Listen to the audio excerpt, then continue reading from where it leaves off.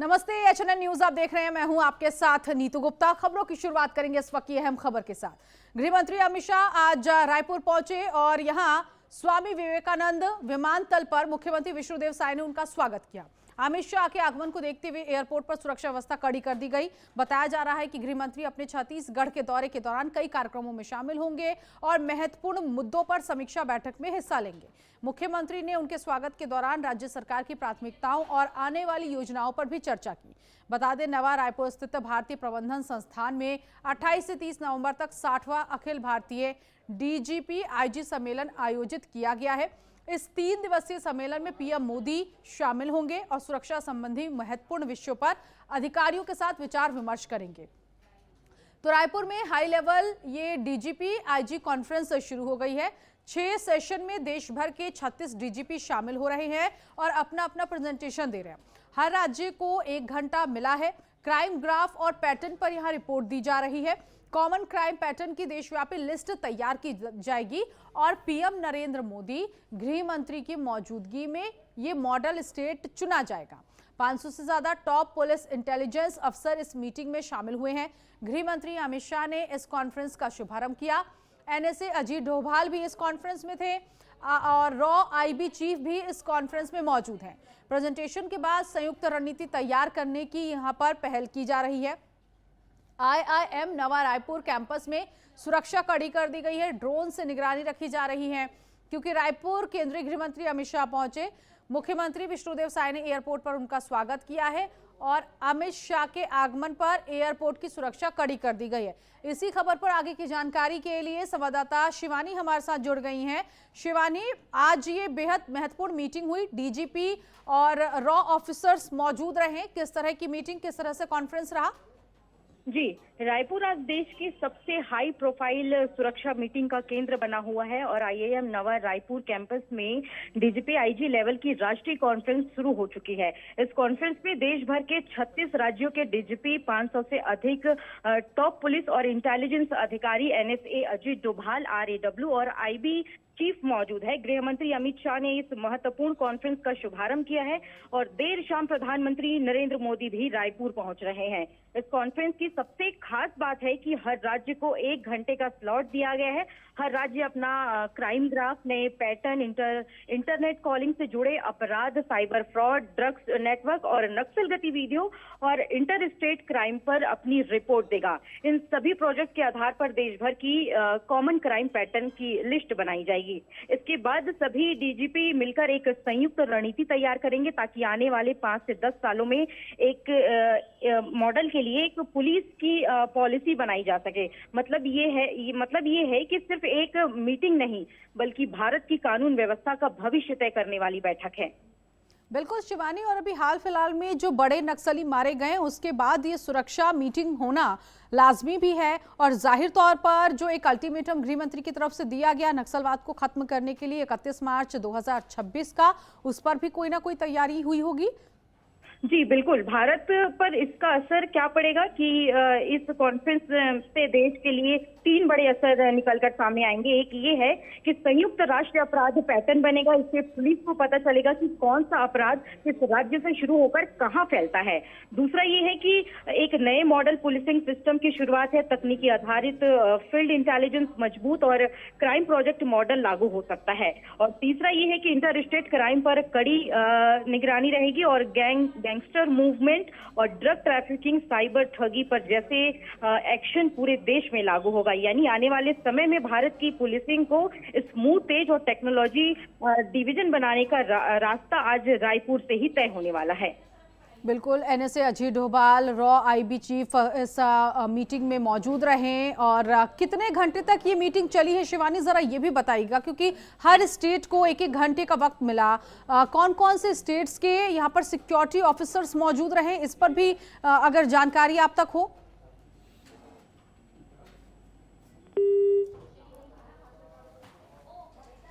तो 6 सेशन से देश भर के 36 डीजीपी प्रेजेंटेशन दे रहे हैं। 1-1 घंटा सभी को मिला है और उन्होंने अपना प्रेजेंटेशन अपने स्टेट का रखा कि किस तरह से सिक्योरिटी उनके कंधों पर है।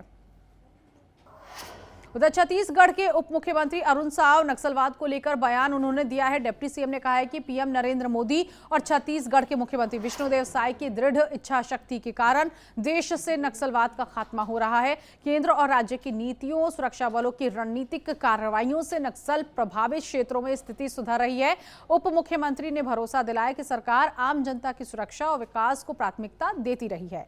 तो उप मुख्यमंत्री अरुण साव का बड़ा बयान, नक्सलवाद का खात्मा हो रहा है। केंद्र और राज्य की नीतियों से नक्सलवाद प्रभावित क्षेत्रों में सुधार देखने को मिला है। जनता की सुरक्षा और विकास को यहां प्राथमिकता दी जा रही है।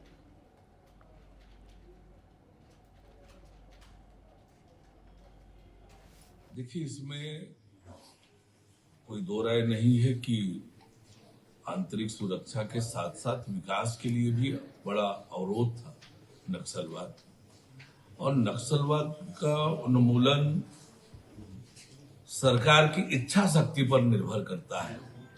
देश में प्रधानमंत्री नरेंद्र मोदी जी के नेतृत्व में सरकार बनने के बाद दृढ़ इच्छा शक्ति के साथ आज जब नक्सलवाद के खिलाफ अभियान चला, पूरे देश भर में नक्सलवाद अब समाप्ति की ओर है।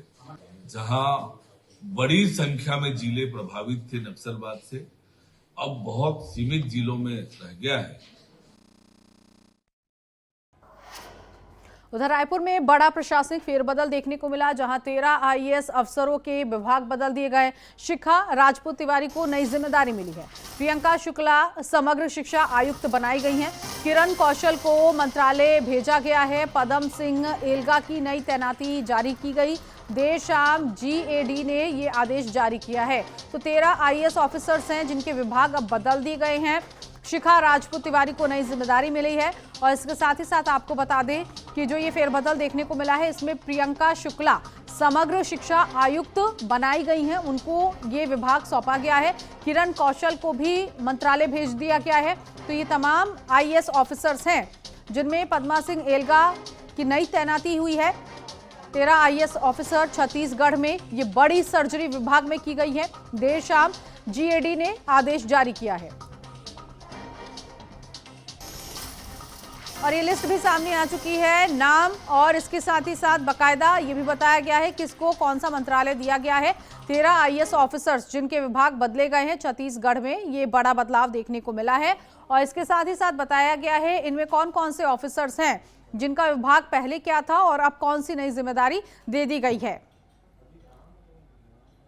शिवानी अवस्थी इस वक्त फोन लाइन पर हमारे साथ सहयोगी जुड़ गई एक बार फिर से। शिवानी, जरा बताइएगा क्या फेरबदल हुआ, कौन कौन से नाम, कैसे मंत्रालय? जी, प्रधानमंत्री के छत्तीसगढ़ दौरे से ठीक पहले राज्य सरकार ने एक अहम कदम उठाते हुए 13 आईएएस अधिकारियों के विभाग और प्रभार बदल दिए गए हैं। ये टाइमिंग इसलिए भी चर्चा में है क्योंकि इतने बड़े पैमाने का फेरबदल आमतौर पर किसी बड़े कार्यक्रम, समीक्षा या रणनीतिक तैयारी के पहले ही किया जाता है। सबसे पहले स्वास्थ्य विभाग और चुनाव तंत्र की बात, आईएएस शिखा राजपूत तिवारी को चिकित्सा शिक्षा विभाग से हटाकर राज्य निर्वाचन आयोग का सचिव बनाया गया है। और पीएम के आने से पहले चुनाव आयोग में जिम्मेदारी बदलना अपने आप में एक मजबूत प्रशासन संकेत माना जा रहा है। उधर आईएएस प्रियंका शुक्ला को स्वास्थ्य सेवा से हटाकर समग्र शिक्षा और पाठ्य पुस्तक निगम का आयुक्त बनाया गया है। शिक्षा विभाग में ये बदलाव ठीक पीएम दौरे से ठीक पहले है और इसलिए भी महत्वपूर्ण है क्योंकि आने वाले महीनों में कई राष्ट्रीय कार्यक्रम और समीक्षाओं में शिक्षा सुधार प्रमुख मुद्दा रहेगा। और मार्कफेड और आपूर्ति व्यवस्था में भी पीएम मोदी की विजिट से ठीक पहले किरण कौशल को मार्कफेड और नागरिक आपूर्ति निगम से हटाकर मंत्रालय में सचिव बनाया गया है। किसानों, धान खरीदी और राशन सिस्टम पर सीधे असर रखने वाली इस विभाग में नया नेतृत्व बहुत मायने रखता है। बिल्कुल शिवानी, कोई ऐसा बड़ा चेहरा जो कि उसका विभाग बदला गया हो? जितेंद्र कुमार शुक्ला को जो मार्कफेड के साथ महिला एवं बाल विकास विभाग अतिरिक्त प्रभार दिया गया है। ये बदलाव सीधे जन कल्याण विभागों को प्रभावित करता है। इसके साथ आईएएस रीता यादव को अपर कलेक्टर धमतरी से हटाकर प्रबंधन संचालय खादी ग्रामोद्योग बोर्ड बनाया गया है और लोकेश कुमार को उप सचिव राजस्व एवं आपदा प्रबंधन के साथ चिराग परियोजना का अतिरिक्त प्रभार भी सौंपा गया है। यानी कि कुल मिलाकर पीएम मोदी के दौरे से पहले किया गया है ये बड़ा प्रशासनिक फेरबदल है, ये साफ संकेत देता है कि राज्य सरकार की प्रशासनिक मशीनरी को तेज और व्यवस्थित और ठीक नियंत्रण करने वाले मोड में लाना चाहती है। ठीक है शिवानी, बहुत शुक्रिया इस जानकारी के लिए। उधर दुर्ग जिले के पाटन क्षेत्र के ग्राम सोरम के धान उपार्जन केंद्र में खरीदी का काम ठीक चल रहा है, लेकिन किसानों को टोकन न मिल पाने की एक बड़ी परेशानी सामने आई है। किसानों का कहना है कि टोकन की कमी से उन्हें बार बार मुश्किलों का सामना करना पड़ता है। समिति प्रबंधक प्रणय चंद्राकर ने बताया कि 27 नवंबर तक कितनी धान खरीदी हुई, किसानों को कितना लाभांश मिला और कितना बारदाना उपलब्ध हुआ। वहीं समिति अध्यक्ष बलभद्र सिंह वर्मा ने शासन से टोकन बढ़ाने की मांग की है। सोरम उपार्जन केंद्र में धान खरीदी सुचारू रूप से किया जा रहा है, लेकिन टोकन की कमी से किसानों को परेशानी हो रही है। समिति प्रबंधक ने इस बात की जानकारी भी दी है कि खरीदी, लाभांश और बारदाने की जो जानकारी है किसानों तक पहुंचाई गई है। समिति अध्यक्ष ने शासन से टोकन बढ़ाने की मांग की है।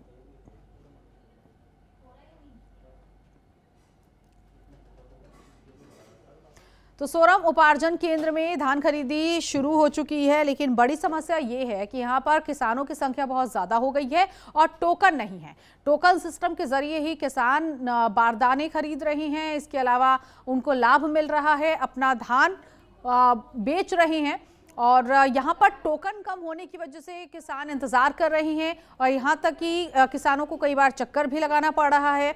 समिति की तरफ से कहा गया है कि टोकन बढ़ाने की मांग रखी गई है कि जल्द टोकन जो है वो बढ़ाया जाए, लेकिन इस वक्त किसानों के लिए बड़ी परेशानी है कि उनकी धान बिक्री नहीं हो पा रही है, क्योंकि उनको काफी इंतजार करना पड़ा है। काफी लंबे समय बाद उनका नंबर आ रहा है। सोरम उपार्जन केंद्र की ये समस्या है, जहां टोकन की कमी की वजह से किसानों को दो चार होना पड़ रहा है।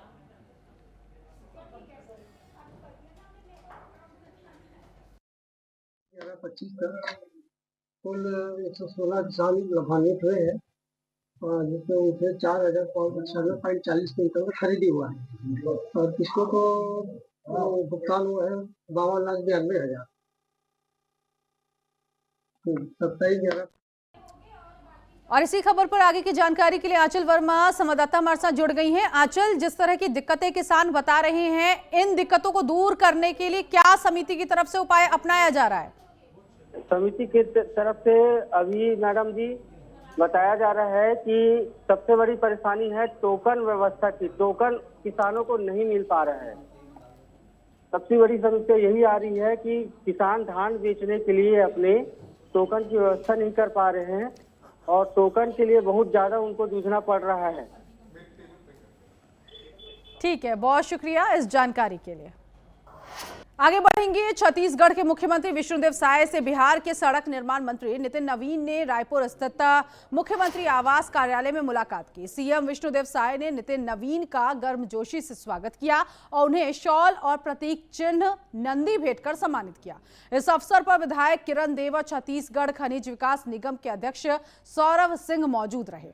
बैठक में दोनों पक्षों ने राज्य और केंद्र के विकासात्मक मुद्दों पर चर्चा की। ये मुलाकात दोनों राज्यों के बीच सहयोग और आपसी संबंधों को मजबूत करने के लिए महत्वपूर्ण मानी जा रही है। तो सीएम विष्णुदेव साय से बिहार के मंत्री नितिन नवीन ने मुलाकात की है। सीएम से आवास पर मुलाकात हुई और उसके बाद गर्मजोशी से मुख्यमंत्री विष्णुदेव साय ने स्वागत किया। शॉल और प्रतीक चिन्ह भेंट करके उनसे मुलाकात की। विकास मुद्दों पर चर्चा दोनों नेताओं के बीच हुई।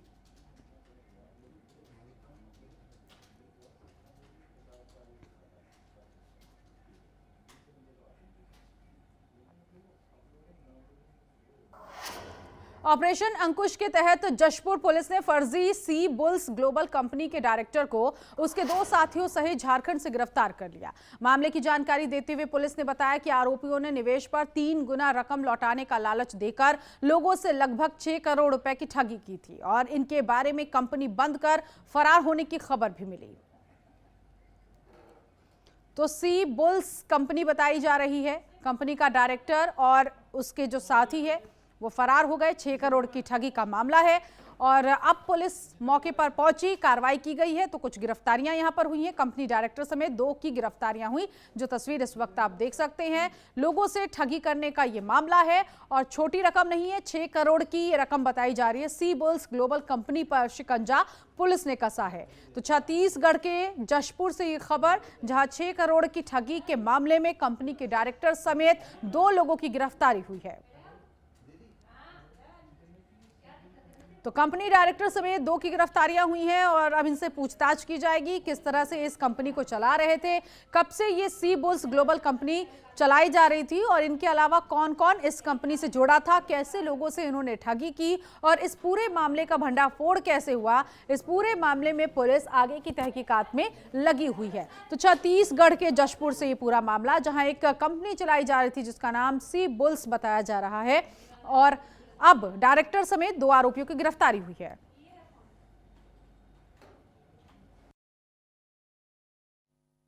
सी बुल्स ग्लोबल सॉल्यूशन कंपनी में निवेश के नाम पर विभिन्न लोगों से करीबन 6 करोड़ रुपया की ठगी की गई थी, जिस मामले की रिपोर्ट होने पर थाना पत्थल गांव में धारा 420 और 120B तथा 34 IPC के तहत मामला पंजीबद्ध कर विवेचना में लिया गया था। इस प्रकरण में पूर्व में 2 आरोपी की गिरफ्तारी कर उनको न्यायिक रिमांड पर भेजा गया था। इसमें कथित रूप से कंपनी के डायरेक्टर मोहम्मद सिराज आलम और अन्य इस प्रकरण से जुड़े आरोपी संतोष कुमार तथा इमरान खान। जितेंद्र सिंह इस वक्त हमारे साथ संवाददाता जुड़ गए हैं इसी खबर पर आगे की जानकारी के लिए। जितेंद्र, इस कंपनी के बारे में बताइए, कब से ये कंपनी संचालित की जा रही थी और इन लोगों का भंडाफोड़ कैसे हुआ? जी, ये पत्थलगांव थाना क्षेत्र का मामला है ये, और इंजिको निवासी जगेश्वर लाल यादव उम्र 43 वर्ष ने थाना पत्थलगांव में रिपोर्ट दर्ज कराया था कि वो फर्जीवाड़ी ठेकेदारी का काम करता था। 2003 में उसे तथा उसके साथी डॉक्टर पीताम्बर साय, सुकुंद चौहान, राजेंद्र भगत को पत्थलगांव के एक हॉस्टल मान्यता से उसके एक परिचित ने फोन कर बताया कि उसे एक कंपनी से कृषि प्रोजेक्ट की जानकारी देने के लिए एक व्यक्ति संतोष कुमार साहब होटल मानिया में आया हुआ है, जिसके द्वारा कृषि प्रोजेक्ट की जानकारी दिया जाना है। और इस कंपनी में कितने लोग काम करते थे, कुछ पता चल पाया? इस कंपनी में 2 लोग काम करते थे। ठीक है, बहुत जानकारी के लिए। तो 6 करोड़ की ठगी का ये पूरा मामला सामने आया है। जशपुर से पुलिस ने आरोपी को गिरफ्तार कर आगे की कार्रवाई शुरू कर दी है। फिलहाल इस बुलेटिन में अभी के लिए बस इतना ही। नमस्कार।